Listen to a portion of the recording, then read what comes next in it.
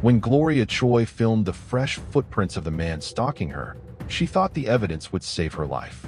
Within 48 hours, she was dead. Welcome to Breaking Crime Channel. We look past the headlines to bring you the real facts and the systemic failures behind true crime stories. Make sure to hit that subscribe button and turn on notifications. On December 30th, 2021, the snow on the pavement outside the Holiday Inn Express in Lakewood, Washington, held the imprint of a specific shoe, Gloria Choi. The woman who managed the hotel walked the parking lot with her cell phone lowered, recording the tracks left by a man she believed was hunting her. Within 48 hours, she would be dead.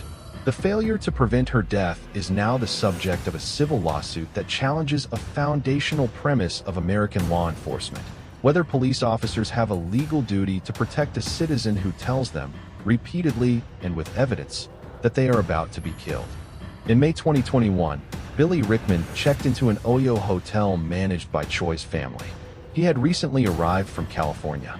According to court records and interviews with family associates, Rickman initiated a rapid, intensive courtship that advanced from text messages to shared living arrangements within weeks. The relationship quickly deteriorated into a pattern of financial dependency and technological surveillance. Brianna Eberly, Choi's close friend, later informed investigators that Rickman had drained Choi's savings and began tracking her movements. Choi discovered an Apple AirTag hidden inside her vehicle. By November, Choi attempted to sever the connection. When Rickman refused to return her truck, she sought assistance from local law enforcement to file a report. The responding department documented that Rickman was highly manipulative, possessed multiple firearms, and was actively tracking Choi. Recognizing the immediate risk, authorities advised Choi to obtain a domestic violence no-contact order. A judge issued the strict order on December 1, 2021, carrying an automatic jail penalty for any violation. Rickman was unfazed. He began appearing systematically in Choi's path. He followed her to a coffee shop, tracked her to a shopping mall, and filmed cell phone videos of himself parked outside her temporary residences. Because Rickman had previously noted the tracking tags on Choi's truck, he knew exactly where to find her. Then, on December 30th, the surveillance escalated from stalking to physical sabotage. Over a 2-day period, emergency dispatchers received 4 distinct calls regarding Rickman's behavior. First, Choi reported that her front driver's side tire had been slashed and her laptop stolen. She noted that only Rickman knew the vehicle's keypad code. The responding Lakewood police officer did not seek an arrest warrant. Instead, he left a voicemail on Rickman's phone. A retired law enforcement officer who served for years as the lead domestic violence instructor at the State Police Academy reviewed the department's response for the ongoing litigation. Leaving a voicemail conveys a message that we're not taking this seriously, the former instructor stated. In domestic violence cases, calling a perpetrator without intervening frequently escalates the danger to the victim. Hours later, a second 911 call was placed. A man matching Rickman's description had entered the Holiday Inn parking lot and punctured 2 tires on a vehicle belonging to Choi's associate. Choi provided police with a 7-page dossier detailing the continuous violations of the protective order alongside clear security footage. The officers declined to make an arrest, citing an inability to positively identify the suspect's face. The next day, New Year's Eve, brought the 3rd and 4th calls. The tire slasher returned to puncture the remaining tires on the same vehicle. A hotel desk clerk witnessed the act, pursued the suspect, and dialed 911 in real time, providing a specific description of the vehicle: a beige Chevy Colorado with a broken taillight. No broadcast was issued to regional patrol units to look for the truck. The suspect remained at large. On January 2, 2022, the Chevy Colorado found Gloria Choi.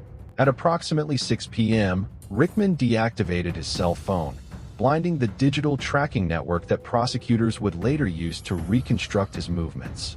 He used the rented truck to force Choi's vehicle off the road on South Tacoma Way, pinning her against the gravel shoulder. Choi locked her doors and dialed 911. 14 rounds from a .40 caliber handgun were fired into the driver's side window. 10 bullets struck Choi. Her vehicle drifted 60 yards into a utility pole as her foot slipped from the brake.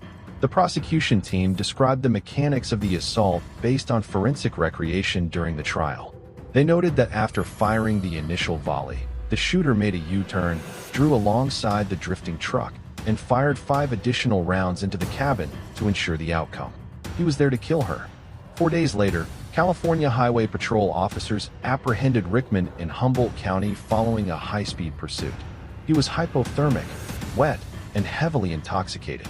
In November 2023, a jury required less than 2 hours to find Rickman guilty of aggravated first-degree murder.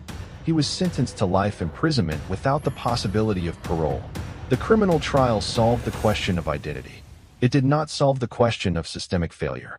With the perpetrator incarcerated, the focus of the case shifted from the execution of the crime to the parameters of police accountability.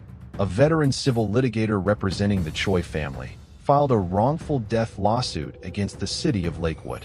The legal action contends that the homicide was entirely foreseeable and that the police department possessed the actionable intelligence required to prevent it. The central figure driving the legal tension is the Lakewood Police Department, whose individual officers exercise discretion by choosing investigation over immediate apprehension. Driscoll argues that the department failed to initiate a standard "be on the lookout" (BOLO) alert for the suspect's vehicle, despite receiving specific identifying details from an eyewitness 48 hours prior to the shooting. Furthermore, the defense revealed that Rickman was residing at the home motel, located a 6-minute walk from the scene of the tire slashings. The police did not check the motel. The defense asserted that officers are trained to recognize that escalating property damage and stalking behavior represent immediate precursors to lethal violence.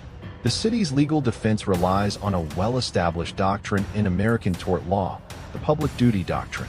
This rule generally dictates that police departments owe a duty to the public at large, rather than to any individual citizen, unless a special relationship has been explicitly established. During a preliminary hearing in January 2025, the legal boundary of this doctrine was articulated directly. The presiding judge questioned the city's legal counsel regarding the scope of police immunity. The position is legally precise. It states that under current statutory interpretations, the existence of a judicial no-contact order does not compel law enforcement officers to actively hunt for a non-present violator. The civil suit filed by the Choi family continues to move through the Washington judicial system. The legal arguments do not contest the facts of the murder, nor do they question the depravity of the killer. Instead, they question the utility of the paperwork designed to protect vulnerable individuals. If a citizen provides a law enforcement agency with a judicial order, a 7-page log of violations, a suspect's identity, an eyewitness description of a vehicle, and a known location, and that citizen is still killed, the question of systemic liability remains open. The court's upcoming decision will determine whether a protective order functions as a mandate for police intervention or merely as a piece of paper that records a tragedy after it occurs.